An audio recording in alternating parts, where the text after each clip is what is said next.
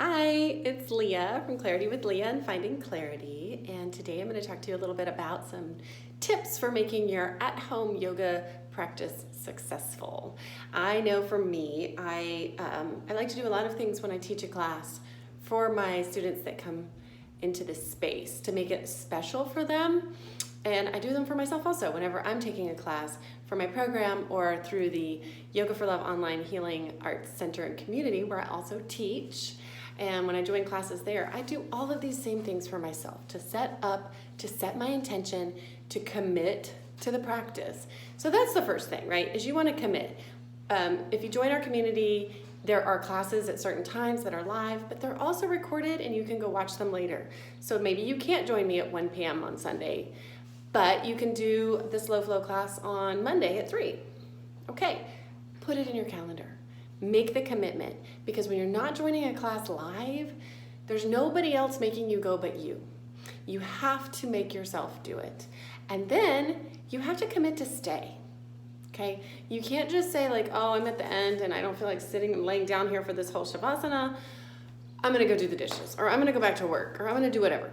No, you have to commit to staying through Shavasana, maybe even after the video is over. Let yourself have a few more minutes, because that is where the practice is. The other things that you need to do, make sure you have your props available so you're not running. Make sure you have your blocks nearby. Get blocks. If you don't have blocks and you're doing an at-home yoga class, go buy some on Amazon. They're cheap and it's so easy to do. There's no excuses. Maybe you have a strap, maybe you don't. You could use the belt off of a rope or something like that. Real quick about blocks. Even if you're super flexi yogi and you don't think you need a block, it's not really a crutch. It's something that can deepen your practice. So make sure that even if you feel like you don't need a block, get the blocks, because some classes will call for them even at times where you don't think you need a block. Folded blankets, a big couch cushion that you can use at the end of practice for Shavasana. Those kinds of things you want to have on hand.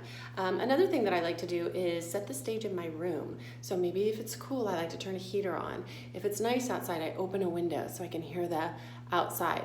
I spray. I put my sage spray in the room. I have this delicious, delicious Scrubs and More. Makes the most amazing sage body and room spray. It's got crystals in it, and I'll spray that. Or I'll burn sage, or I'll burn an incense.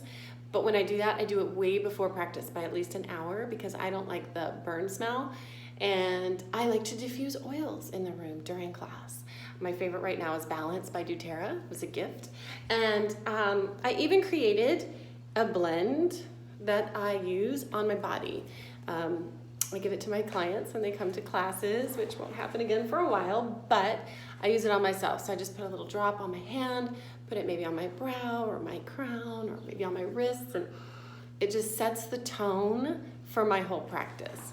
So setting up fragrance, and maybe some lighting, special lighting. So you want to dim your lights, you want to light a candle, you want to have your salt lamp going, something to set the tone for the practice.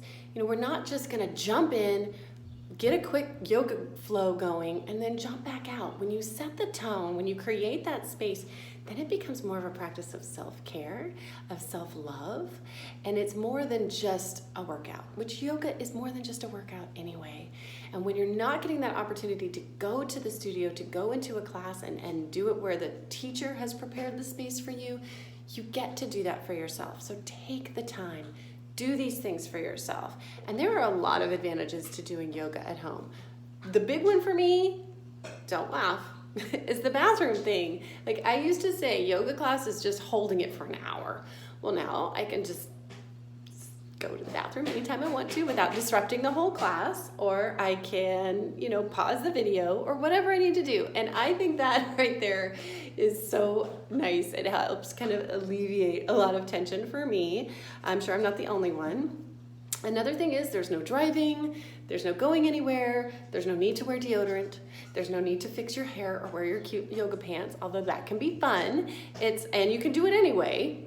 Just because you're at home doesn't mean you don't need to take time and take care of yourself. It's just one of those things that you don't have to do when you're doing it at home. But I do recommend doing these other things to really set the tone for your practice. And all that I have for you today. Thank you so much for listening.